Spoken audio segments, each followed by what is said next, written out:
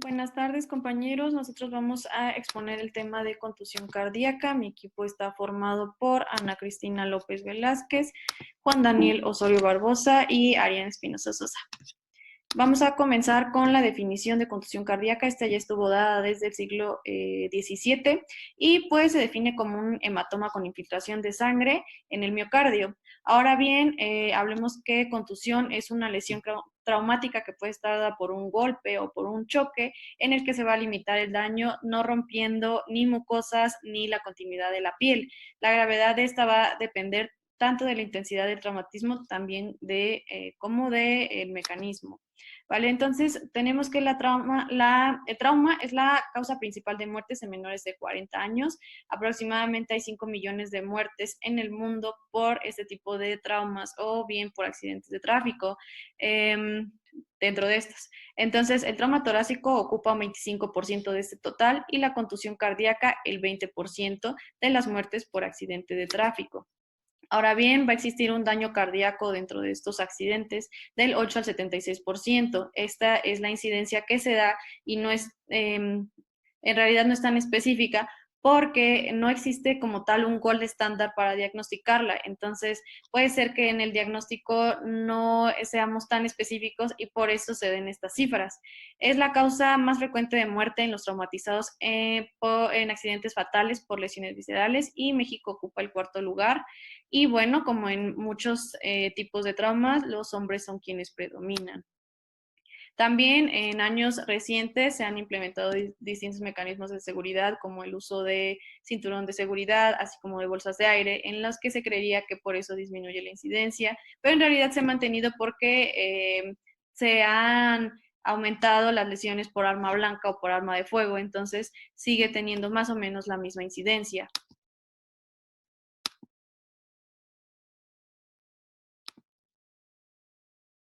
Dentro de la etiología también tenemos dos mecanismos principales, que va a ser el impacto directo, que va a ser un impacto sobre la superficie externa del tórax, transmitiéndose el impacto hacia el corazón, principalmente en el ventrículo derecho, que va a ser el más expuesto, y se da principalmente en deportes de contacto.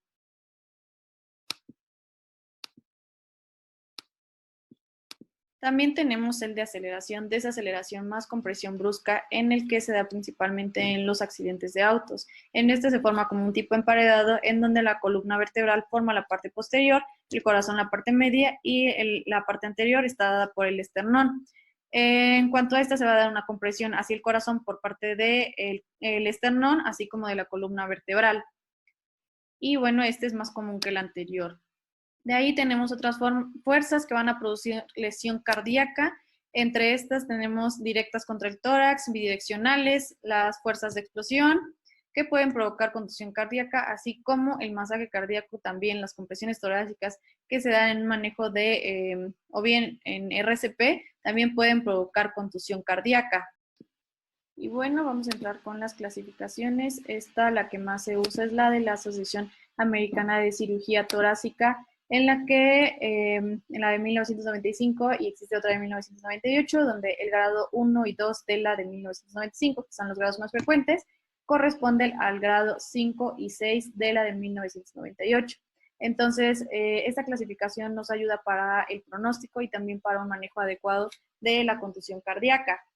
Entonces, en el grado 1, donde hay anormalidades menores en el electro y donde hay cambios inespecíficos, o en realidad en el grado 2 también, donde aún no hay lesión cardíaca, así como taponamiento o herniación, el manejo pues debería ser más como vigilar y pues es más expectante. Mientras que en el 3, donde ya hay extrasístoles, bloqueos, estas alteraciones las podemos ver en un electrocardiograma, pues el manejo debería ser resolver esas alteraciones o la causa de estas mismas.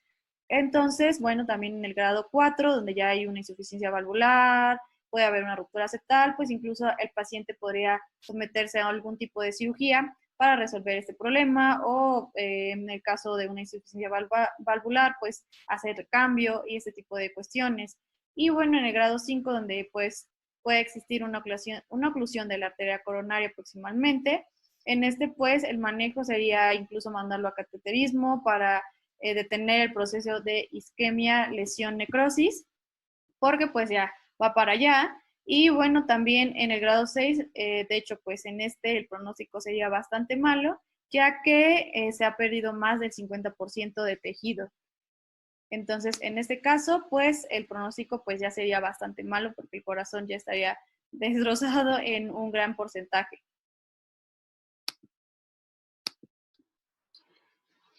Bueno, compañeros, vamos a hablar un poco sobre lo que es el diagnóstico de esta patología.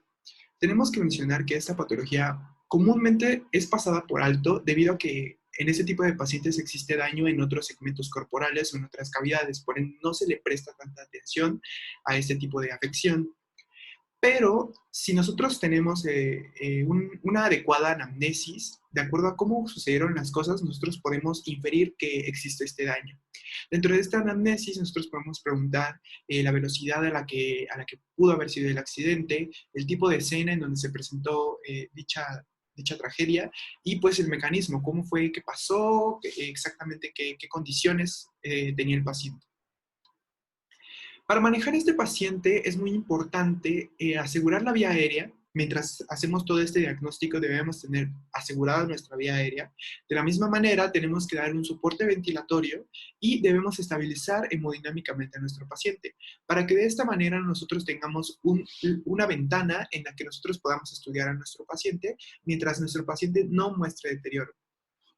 De la misma manera, debemos de tener un control de hemorragia muy estrecho de ser que existieran estas y de la misma manera también tenemos que dar un abordaje para el control de las lesiones que puedan ser de prioridad.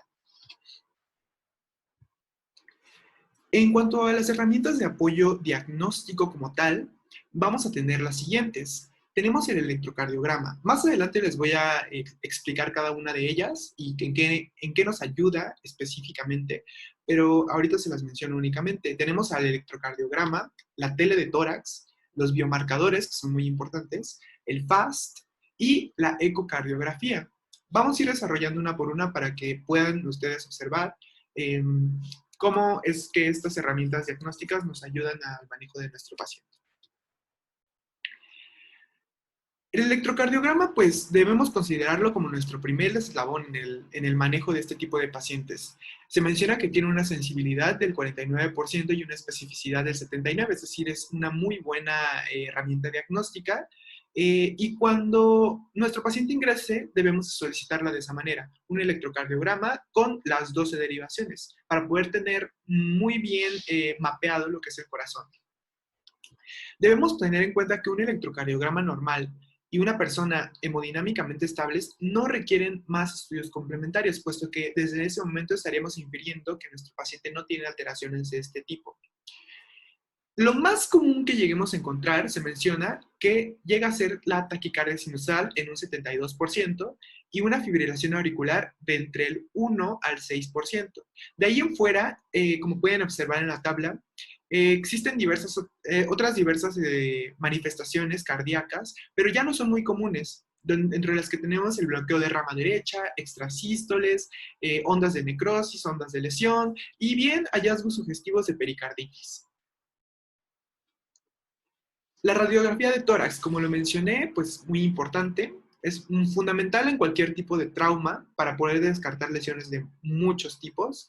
Dentro de estas, pues podemos descartar que exista alguna contusión pulmonar, alguna lesión directamente a la aorta, alguna fractura costal que nos esté causando un tórax inestable o alguna fractura external que ponga como tal en riesgo o en compromiso la vida de nuestro paciente.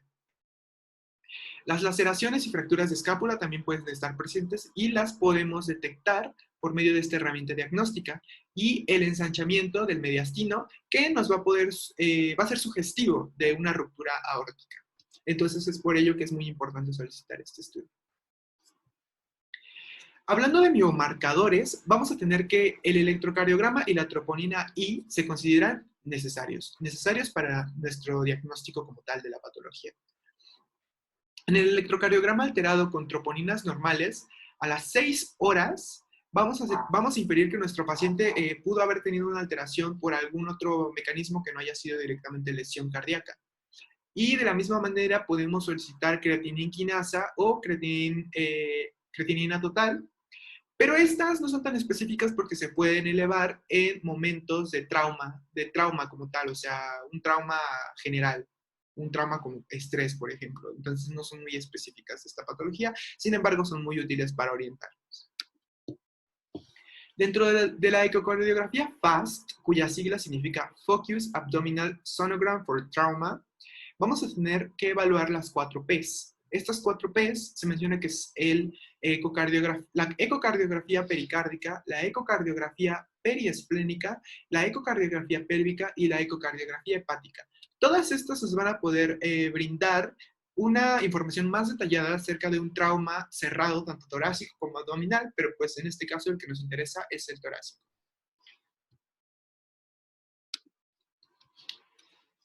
Vamos a tener también la ecocardiografía, en cuya herramienta vamos a encontrar algunos hallazgos que nos orientan a que exista o no un trauma cardíaco cerrado.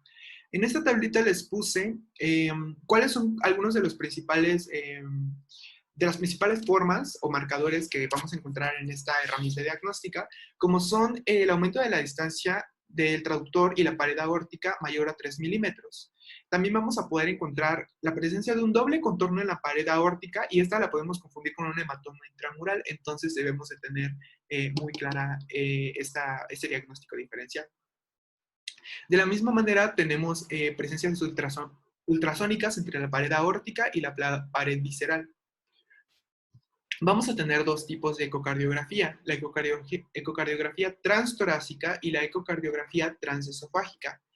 Este tipo de estudio lo vamos a indicar principalmente cuando nuestro paciente está en un choque persistente o no responde al manejo hidroelectrolítico que le estamos dando.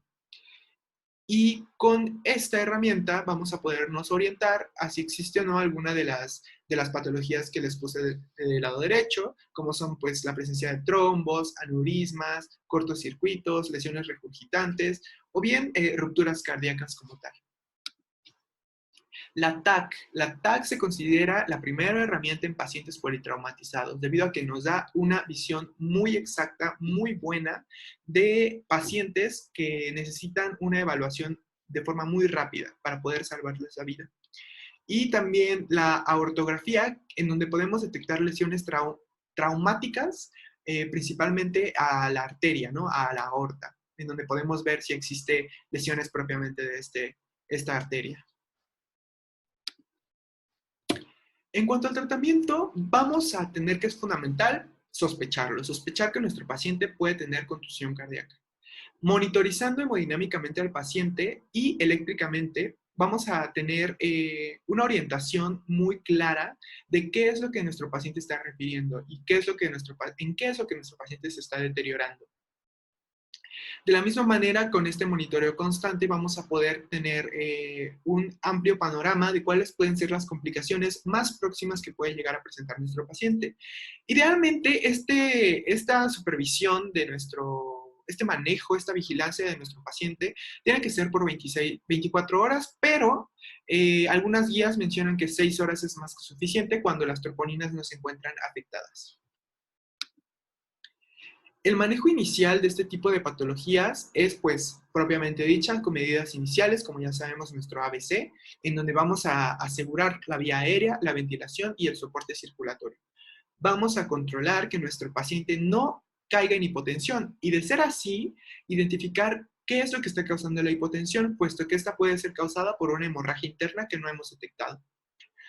Debemos tener en cuenta que las lesiones penetrantes requieren o muchas veces llegan a requerir un tratamiento quirúrgico, entonces es muy importante detectarlas.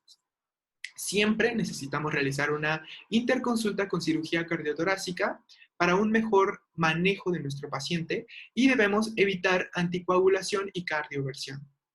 Se menciona que cuando existe taquicardia supraventricular podemos usar maniobras vagales, adenosina o simplemente beta bloqueadores. En cuanto al pronóstico y la prevención, el pronóstico es bueno, se podría decir, porque la mayoría de los pacientes se recuperan por completo cuando el trauma no es muy grave. Y bueno, las lesiones graves tienen riesgo de insuficiencia cardíaca o del ritmo cardíaco. Por ende, se recomienda el uso de cinturón, el uso de vehículos con bolsas de aire y pues tratar de exponerse lo mínimo a este tipo de accidentes. Por ejemplo, algún trabajador que trabaje en las alturas y tienda a caerse, o que tome medicinas, no sé, somníferas o algo así, y se exponga a manejar. Esto con la finalidad, pues, de que garanticemos la seguridad de nuestro paciente. Aquí pusimos un ejemplo de nuestras indicaciones médicas, que es lo que nosotros le haríamos a un paciente estándar de contusión cardíaca. Entonces, comenzamos indicando lo que es el ayuno, soluciones, en donde pusimos una solución mixta de 500 mililitros para 8 horas o hasta que se da la contusión cardíaca. Antibacterianos, nosotros optamos por ceftriaxona, 1 gramo intravenosa cada 8 horas, lento y diluido por 7 días. Y en cuanto a medicamentos como tal, nosotros pusimos el toxoide tetánico, debido a que puede existir el antecedente de un trauma y de algún trauma penetrante, entonces que podamos tener riesgo. Y de la misma manera, omeprazol a manera de protección gástrica, clonixindato de lisina para tener la analgesia adecuada de nuestro paciente y dobutamina. Dentro de las indicaciones especiales, manejamos la interconsulta a cirugía y a cardiología, como lo mencionamos adecuadamente para un manejo integral, una colocación de sonda vesical y cuantificación de la uresis.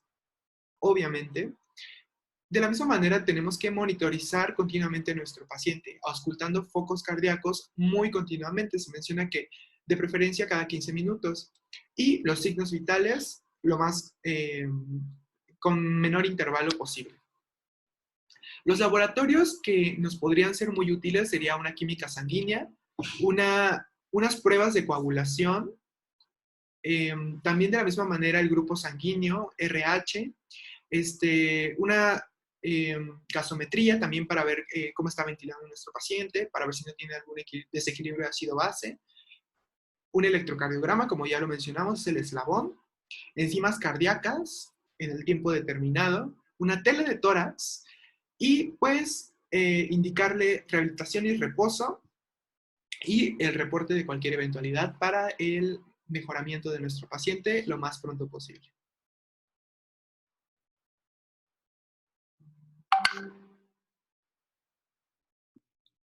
Bueno, compañeros, vamos a hablar de la fisiopatología de contusión cardíaca y, bueno, como ya les había mencionado Ari anteriormente, se habló de los mecanismos de lesión que producen la contusión cardíaca. Solo a manera de recordatorio vamos a tener dos principales, que van a ser los mecanismos de aceleración y desaceleración y el impacto directo al tórax. Es muy importante que los tengamos en cuenta porque estos nos van a ser parte de la fisiopatología de la contusión cardíaca. Entonces, estos van a provocar una inflamación miocárdica y esto a su vez va a provocar un aumento en la presión de las cavidades cardíacas.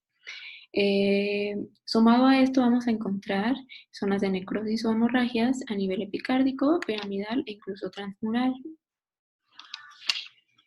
Bueno, entonces el grado de lesión o pues sí, de contusión cardíaca puede ir desde contusión cardíaca sin daño tisular y elevación enzimática, que se va a conocer propiamente como concusión cardíaca.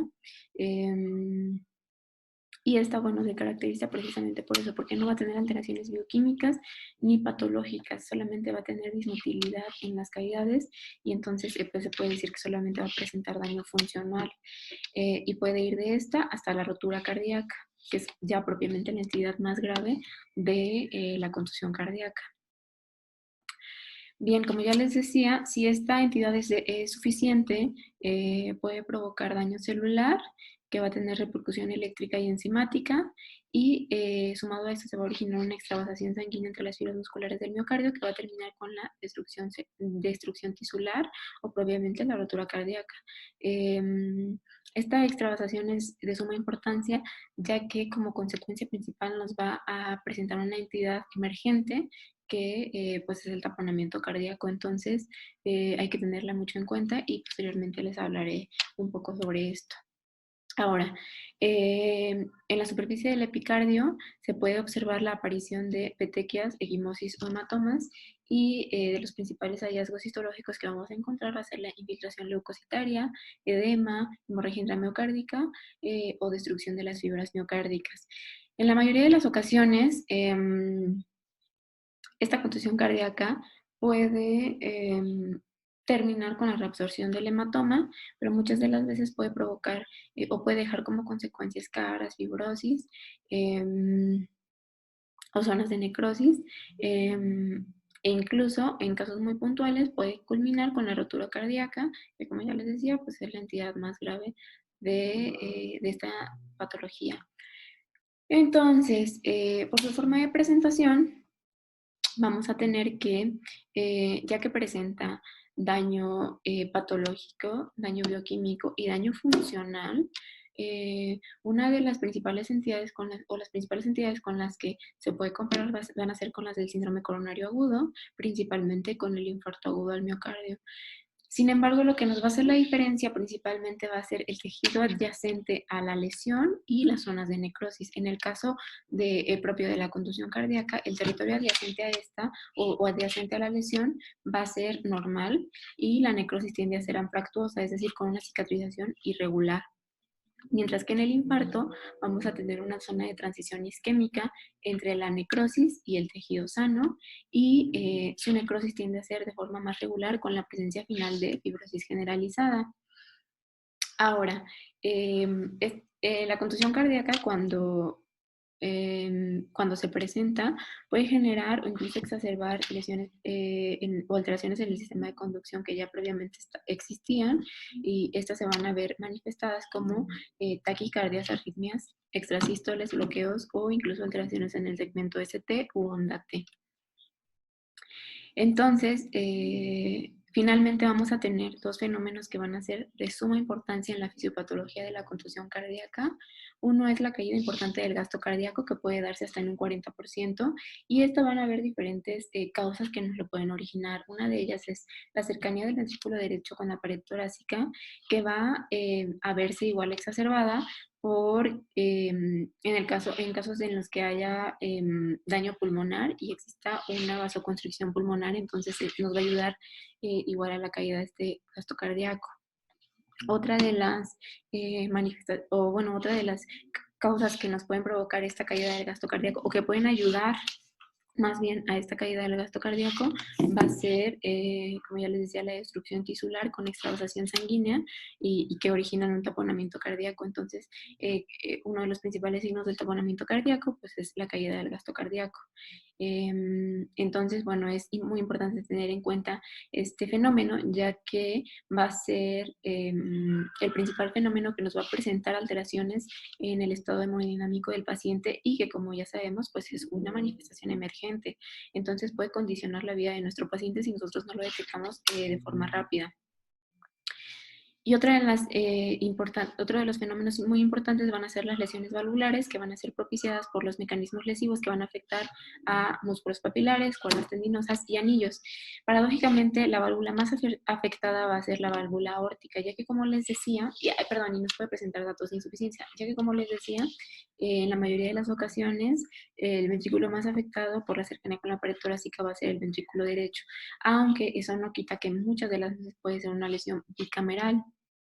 Ahora entonces, como el ventrículo derecho va a ser el principal afectado, va a haber un aumento en la presión de esta cavidad que nos puede provocar el desplazamiento del septum intraventricular hacia la izquierda o incluso puede haber casos en los que haya hasta rotura de este septum y entonces,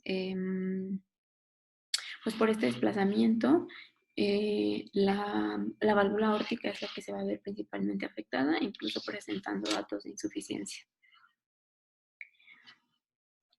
Ahora, en cuanto a la clínica, es muy importante que tengamos en cuenta que esta va a depender mucho de las horas transcurridas o de la evolución de nuestro paciente desde el momento del trauma, también del grado de lesión que se tenga y si hay o no hay otras patologías asociadas, ya sean previamente existentes o asociadas al mismo trauma.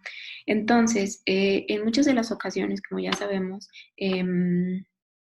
pues la mayoría de traumas cerrados ocurren, por lo menos en México, por los accidentes de tránsito. Sin embargo, bueno, hay otras causas que nos lo pueden provocar. Pero bueno, en la mayoría de las ocasiones los pacientes llegan politraumatizados, entonces es importante tener en cuenta que muchos de los signos que va a presentar el paciente no van a ser per se de la contusión cardíaca, sino también pueden estar asociadas a otras patologías dadas por el mismo trauma, incluso patologías dentro del mismo o incluso torácicas. Entonces, pues se van a asociar a los signos y síntomas que el paciente nos va a presentar propiamente por la contusión cardíaca. Ahora, de acuerdo al grado de lesión, el paciente puede ir desde estar asintomático o silente hasta presentar alteraciones del estado hemodinámico. Entonces, bueno, una de las presentaciones es que el paciente esté asintomático. En muchos casos también te puede presentar como un dolor torácico atípico que no va a tener respuesta a la nitroglicerina. Este punto es demasiado importante ya que, como les decía, una de las principales entidades con las que se asocia es con el síndrome coronario agudo, principalmente con el infarto agudo del miocardio, pero en este caso, pues el paciente no va a presentar respuesta a la nitroglicerina. También vamos a tener un dolor de origen torácico no cardíaco que puede aumentar con los movimientos respiratorios. Es muy importante el tipo de dolor que el paciente va a presentar, ya que, como ya les decía, es muy parecido al del síndrome coronario agudo. Va a ser un dolor de tipo opresivo, que, como ya les decía, puede aumentar con los movimientos respiratorios. También, dependiendo ya del grado de lesión, el paciente nos puede presentar incluso trastornos del ritmo como taquicardia. Hay pacientes que pueden llegar taquipnéicos, con náuseas, anoréxicos, incluso que nos pueden presentar ya signos de disminución del gasto cardíaco, y pues esto debido también les decía ya, al grado de lesión que presente, sobre todo en los casos de rotura cardíaca, pues obviamente va a haber demasiadas alteraciones del estado hemodinámico de nuestro paciente. Por último, la manifestación más característica en el caso ya de la entidad más grave, que es la rotura cardíaca, se va a dar por una sintomatología acorde o concordante con el taponamiento cardíaco, ya que, como les decía antes, esta es la principal consecuencia de la rotura cardíaca. Los pacientes, o la mayoría de los pacientes, van a presentar taponamiento cardíaco, y entonces va a haber un colapso de las cavidades y una disminución en la distensibilidad del corazón. Entonces, también por la extravasación de sangre, pues el paciente va a presentar disminución del gasto cardíaco, puede incluso pacientes que estén obnubilados, hasta inconscientes, gracias pues a esta entidad. Y por último, como ya les decía también, puede haber en casos más graves rotura del septo interventricular, y esto se va a manifestar clínicamente por una presencia de insuficiencia cardíaca izquierda, que va a estar dada principalmente pues por una disminución del gasto cardíaco, o incluso los pacientes van a presentar signos de congestión pulmonar. Entonces, pues bueno, en cuanto a la clínica y a la fisiopatología, estos son los principales rasgos que van a ayudar a diagnosticar la contusión cardíaca, de la cual les va a continuar hablando Daniel. Sin embargo, un punto muy importante que se me pasaba, perdón, es que al momento de la exploración muchas veces los pacientes van a presentar signos de eritema en el lugar del trauma, o incluso puede haber tumefacción. Pero eso, para eso es muy importante que se realice una exploración física y una anamnesis adecuada en los pacientes. Es muy importante este punto, es muy importante que la anamnesis sea bien hecha, ya que, como les decía, puede confundirse muchas veces con el síndrome coronario agudo. Entonces esta nos va a ayudar, sobre todo cuando hay presencia de trauma cerrado previamente establecido, pues a orientar nuestro diagnóstico. Pero bueno, como les decía, de este les va a continuar hablando Daniel. Muchas gracias.